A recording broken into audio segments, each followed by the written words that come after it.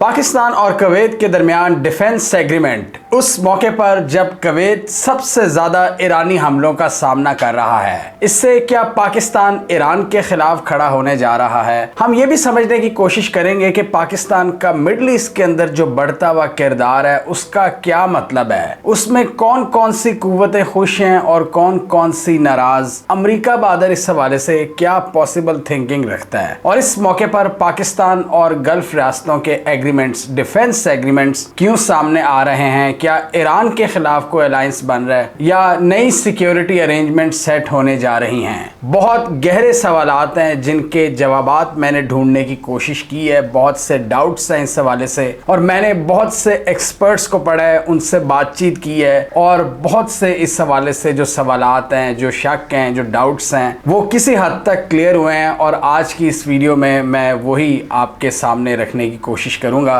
कि इस मौके पर जब कुवैत सबसे ज्यादा ईरानी हमलों का सामना कर रहा है, पाकिस्तान क्या उसके रेस्क्यू के लिए जा रहा है? पाकिस्तान अपनी डोमेस्टिक प्रॉब्लम्स नहीं देख रहा? पाकिस्तान मिडिल ईस्ट में क्यों जा रहा है? मिडिल ईस्ट में पाकिस्तान के किरदार बढ़ने की क्या पॉसिबल रीजंस हो सकती हैं और क्या कोई नई सिक्योरिटी अरेंजमेंट सेट होने जा रही है? आज की इस वीडियो में हम जानने की कोशिश करेंगे पाकिस्तान का ये बढ़ता हुआ किरदार।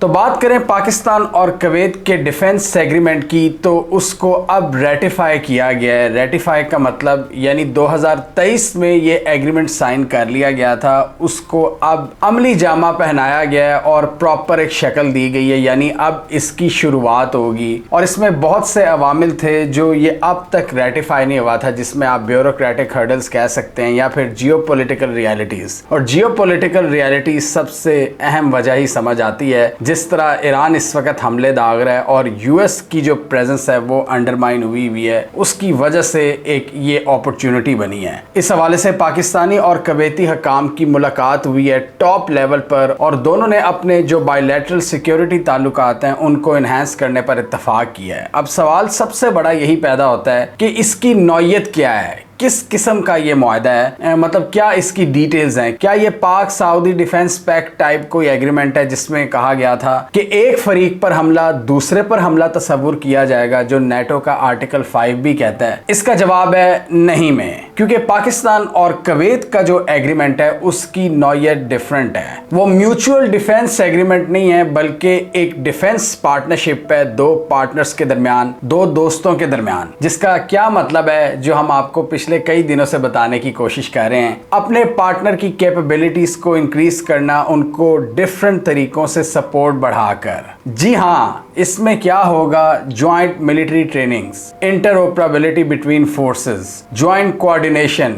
Information sharing, intelligence cooperation, logistics and defence industries, exchange of expertise and education. ये है इस मुआहदे में, यानी एक दूसरे की कैपेबिलिटी को बढ़ाया जाएगा। और यहाँ सिक्योरिटी वाइज ज्यादा कैपेबल कौन है? पाकिस्तान। और ये हम आपको कई वीडियोस में बता रहे हैं, आजकल हमने इसका जिक्र काफी किया हुआ है कि अगर दो मुल्कों के दरमियान डिफेंस पार्टनरशिप होती है तो इसका ये मतलब नहीं है कि एक के नेशनल सिक्योरिटी थ्रेट दूसरे के भी नेशनल सिक्योरिटी थ्रेट बन जाते हैं, बिल्कुल भी नहीं। नेटो ये करता होगा, उनका अपना एक अलायंस है, लेकिन पाकिस्तान और ये मिडल ईस्ट के जो ममालिक हैं ये डिफरेंट जियोपॉलिटिकल ऑर्बिट्स में हैं और इनकी अपनी अपनी इक्वेशंस हैं। फॉर एग्जांपल यहां से मैं आपको बताता हूं कि पाकिस्तान की भारत से दुश्मनी है जबकि भारत की इन सब से दोस्ती है। तो क्या जब भारत पाकिस्तान पर हमला कर रहा होगा ये हमें बचाने आएंगे? कभी भी नहीं। तो उनके नेशनल सिक्योरिटी थ्रेट वो नहीं है जो हमारे हैं, इसी तरह हमारे नेशनल सिक्योरिटी थ्रेट्स वो नहीं है जो इनके होंगे। फॉर एग्जांपल अगर ईरान इन पर हमले कर रहा है तो क्या हम ईरान पर हमला शुरू कर देंगे? इससे हमारी नेशनल सिक्योरिटी चैलेंज हो जाएगी। तो ये चीज समझने वाली है, लोगों को क्लैरिटी होनी चाहिए कि इस किस्म के मुआहदे क्या करते हैं। आप देखें पाकिस्तान और सऊदी अरब का भी जो डिफेंस एग्रीमेंट था उसको देखते हुए क्या पाकिस्तान ईरान से जंग करने गया? बिल्कुल भी नहीं। बात वही आ जाती है नेशनल सिक्योरिटी थ्रेट्स की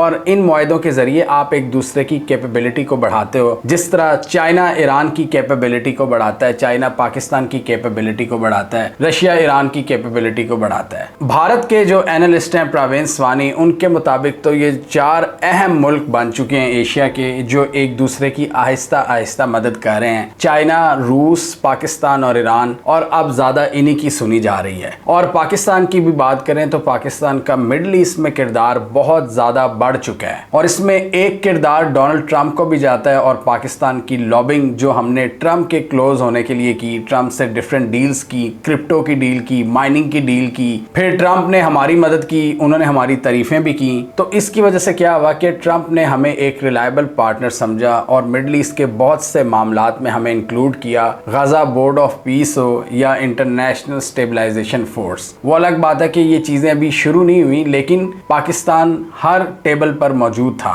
जो इस किस्म की डिस्कशंस हो रही थी मिडिल ईस्ट के फ्यूचर के हवाले से। भारत के डिफेंस एनालिस्ट प्रवीण स्वाने के मुताबिक पाकिस्तान आहिस्ता आहिस्ता पूरे गल्फ रीजन का एक अहम सिक्योरिटी एंकर बनकर इमर्ज हो रहा है और उनके मुताबिक पाकिस्तान अमेरिका का छोड़ा हुआ खला पूरा कर रहा है और ये एक बहुत बड़ी स्टेटमेंट है। यानी पाकिस्तान अमेरिका को रिप्लेस कर रहा है गल्फ में। जो हाल ईरान ने किया अमेरिकन बेसिस का, वो हम सबके सामने है और आप देखें कि कई बेसिस तो नकारा हो गई हैं, ईरान उन पर हमले भी नहीं अब कर रहा। ईरान हमले अब कर रहा है तो सिर्फ जॉर्डन, कुवैत या बहरीन की बेसिस पर, जहां अभी भी इनका बचा कुचा सामान बाकी है। तो इसमें मल्टीपल फैक्टर्स हैं कि पाकिस्तान की इंपॉर्टेंस बढ़ी है। इसमें डोनाल्ड ट्रंप का एक बहुत अहम किरदार है। एक तो डायरेक्ट किरदार जो हमने आपको बताया कि उन्होंने पाकिस्तान को इन्वॉल्व किया बहुत से मैटर्स में। दूसरा, खुद डोनाल्ड ट्रंप और उनकी अपनी पार्टी की ये फिलॉसफी है जो मागा उनके सपोर्टर्स हैं कि हमने इन जंगों से निकलना है। तो डोनाल्ड ट्रंप इस किस्म का माहौल क्रिएट कर रहे हैं कि वो अब इधर ना आए, जंगों में ना पड़े। इन्होंने अपने रीजन पर फोकस करना है, वेस्टर्न हेमिस्फेयर पर फोकस करना है, पैसिफिक ओशन,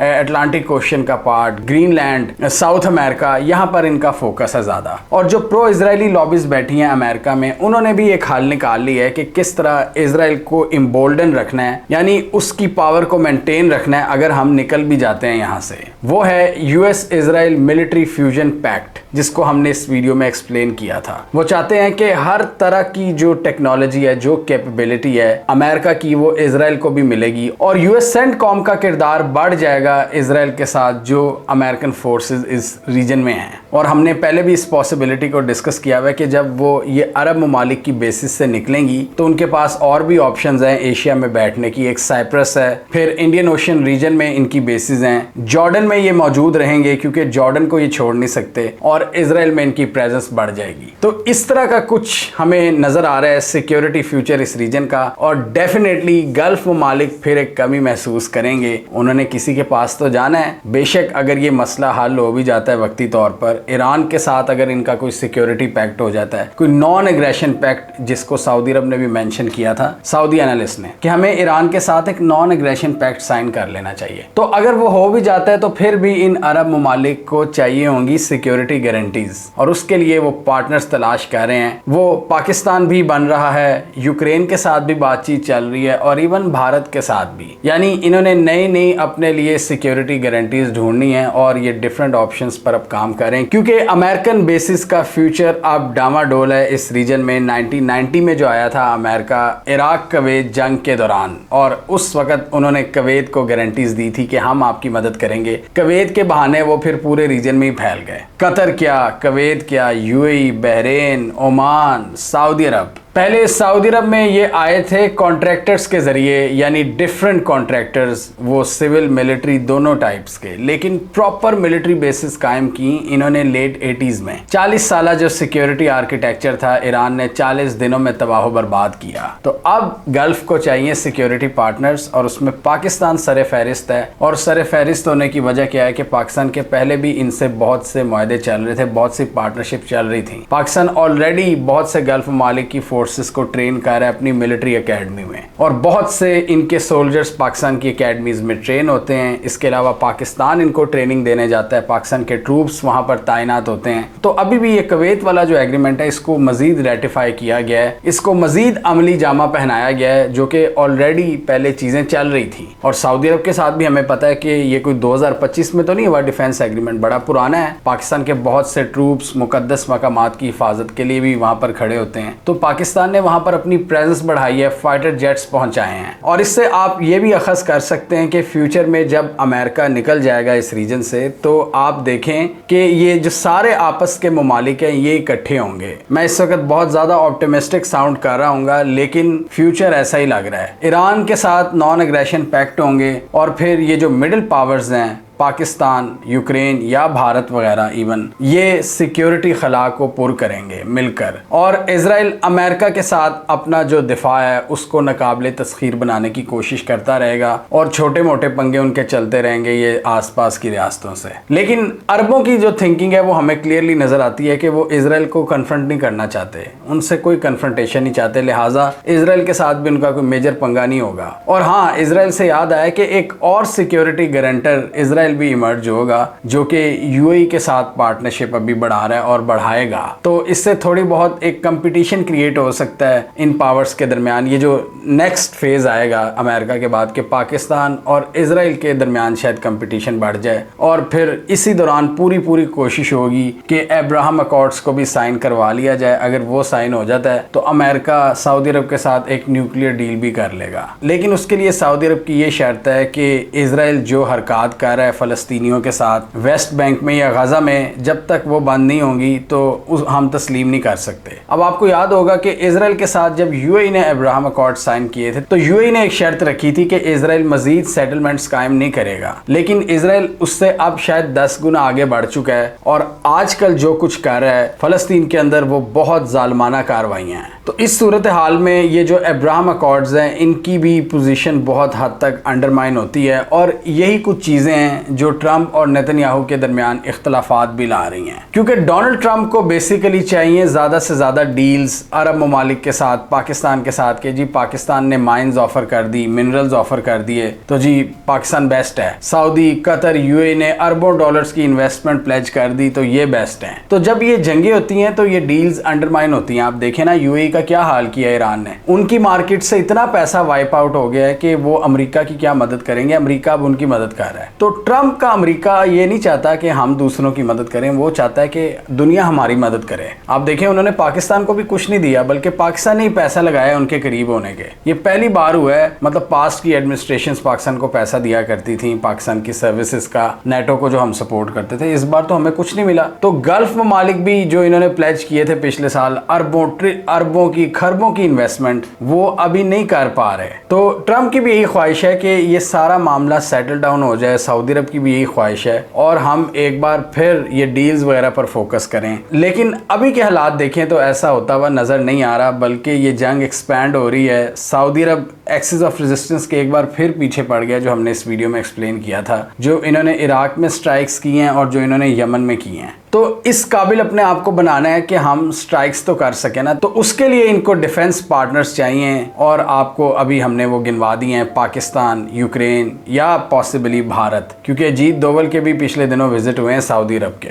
और प्रवीण स्वाने साहब का भी यही मानना है कि ये जो पाकिस्तान की इंपॉर्टेंस बढ़ रही है मिडल ईस्ट के अंदर सिक्योरिटी आर्किटेक्चर में, this is a consequence of war. वो कहते हैं कि ये इसी जंग का शाखसाना है कि पाकिस्तान की अहमियत बढ़ गई है। लेकिन आगे वो ये भी कहते हैं कि एक ऐसी जंग जिसमें ईरान जीत चुका है, और ईरान की जीतने की सबसे बड़ी रीजन लोग यही बताते हैं, जो स्ट्रेटेजिक लॉस इन्होंने पहुंचाया है अमेरिकन बेसिस को, और अमेरिकन को भागने पर मजबूर किया है। मतलब अमेरिकन रिजीम चेंज करने आए थे, उनका अपना रिजीम चेंज हो गया है इस मिडल ईस्ट रीजन के अंदर, और उससे फिर नई नई अपॉर्चुनिटीज क्रिएट हो रही हैं ये पाकिस्तान वगैरह के लिए। और इससे पाकिस्तान का एक फायदा ये भी होता है कि पाकिस्तान की जो इकोनॉमिक डिफिकल्टीज हैं वो किसी हद तक कंपनसेट हो जाती हैं इन डील्स के जरिए देखिए, अब पाकिस्तान और सऊदी अरब का जो डिफेंस एग्रीमेंट है, ये मैंने कई बार कहा है कि वो सिर्फ डिफेंस एग्रीमेंट नहीं है। हम उनकी सिक्योरिटी में मदद करते हैं, वो हमारी करेंसी में मदद करते हैं, फॉरेन एक्सचेंज रिजर्व्स को मेंटेन रखने में मदद देते हैं, पाकिस्तान को ऑयल फैसिलिटी वो प्रोवाइड करते हैं। और इसी तरह ये जो गल्फ ममालिक हैं, ये बहुत ऑयल रिच हैं, गैस रिच कंट्रीज हैं, तो पाकिस्तान की एनर्जी सिक्योरिटी भी पूरी होती है इससे। तो एक अच्छी अरेंजमेंट है। ठीक है, अगर आपके पास नहीं है पैसा जनरेट करने के तरीके, तो आप इस तरह से भी कर सकते हो कि आप अपनी जो सिक्योरिटी अरेंजमेंट है वो ऑफर कर दो,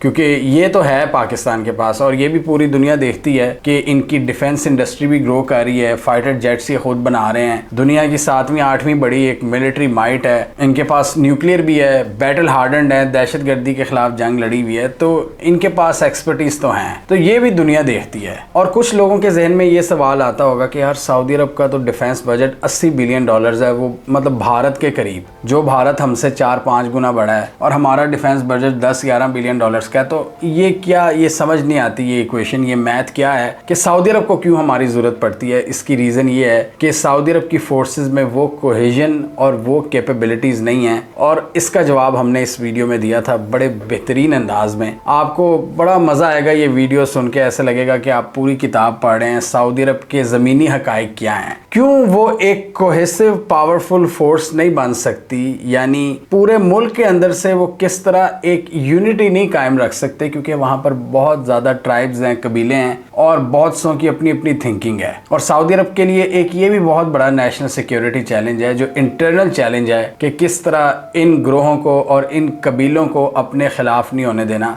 उनको भी फिर सऊदी अरब, ये जो सऊदी ख़ानदान है जो इस वक्त हुकूमत कर रहा है, वो बहुत एफर्ट करता है कि इनकी तरफ से कोई ख़तरा हमें ना आए, लेकिन फिर भी ख़तरे आते रहते हैं। ये हूतीज़ वगैरह जो हैं, ये भी ग्रेटर अरब पेनिनसुला का ही पार्ट हैं, तो इनसे इनकी पुरानी दुश्मनी है, और भी कई ग्रोह हैं, और ये सारी आप इस वीडियो में देख सकते हैं। तो एक ये बहुत बड़ा चैलेंज है, जिसकी वजह से सऊदी अरब अपनी जो बहुत बड़ा डिफेंस बजट है उसके बावजूद एक स्ट्रॉन्ग मिलिट्री नहीं खड़ी कर पाया। शायद फ्यूचर में इस पर कोई वो काम कर लें, लेकिन आप देखें पाकिस्तान में आपको डिफरेंट इख्तलाफात नजर आते हैं, बड़ी डाइवर्सिटी है, बलूचिस्तान है, सिंध है, पंजाब है, केपी है, कश्मीर है, गिलगित बल्तिस्तान है, सबके अपना अपना तकरीबन कल्चर है। लेकिन बहुत से जो पाकिस्तान के इदारे हैं, फॉर एग्जाम्पल आर्मी, तो इसमें जब आते हैं तो एक यूनिटी नजर आती है, एक कोहेजन नजर आती है। इसी तरह पाकिस्तानी अगर मतलब कोई टीवी में है, रेडियो में है, तो वहां पर एक कोहेजन नजर आती है आपको। तो पाकिस्तान ने ओवर द ईयर्स ये कोहेजन कायम की है, और अभी जो रिसेंट ब्लंडर्स कुछ हो रहे हैं उससे हमारी नेशनल यूनिटी खराब नहीं होनी चाहिए। लेकिन वो कोहेजन पाकिस्तान ने बड़ी एफर्ट के बाद हासिल की, पाकिस्तान की सरकारी एफर्ट्स की वजह से। वो यूनिटी सऊदी अरब क्रिएट नहीं कर सका। और आप सोचते होंगे कि $80 बिलियन वो कहाँ लगाते हैं, वो महंगे एयर डिफेंस सिस्टम्स खरीदते हैं, अमेरिकन मेड,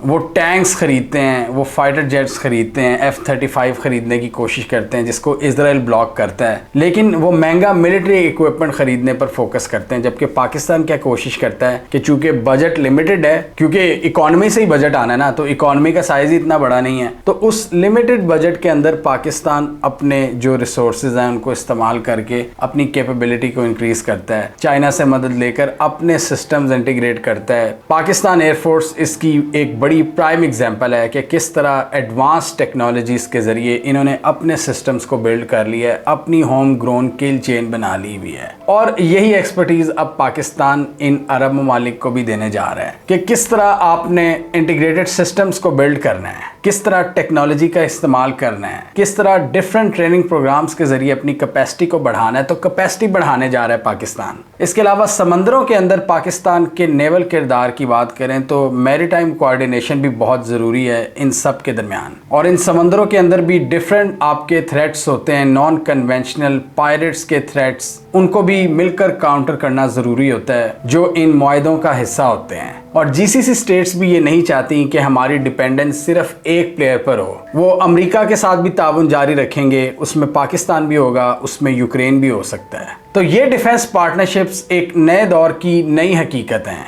जिसमें ये रीजनल ममालिक मेक श्योर करने की कोशिश कर रहे हैं कि फ्यूचर में डिफरेंट थ्रेट परसेप्शन को किस तरह मैनेज करना है। और इसमें बहुत सी आपको कोलैबोरेशन भी नजर आती है, जैसे कि पाकिस्तान, तुर्की और सऊदी अरब का एक अलायंस हमें नजर आता है, जिसमें ड्रोन टेक्नोलॉजी और ड्रोन प्रोडक्शन इस वक्त सर फहरिस्त है जो सामने आई है चीज़। और फिर joint military to military coordination और joint military exercises, advance fighter jets के तबादले।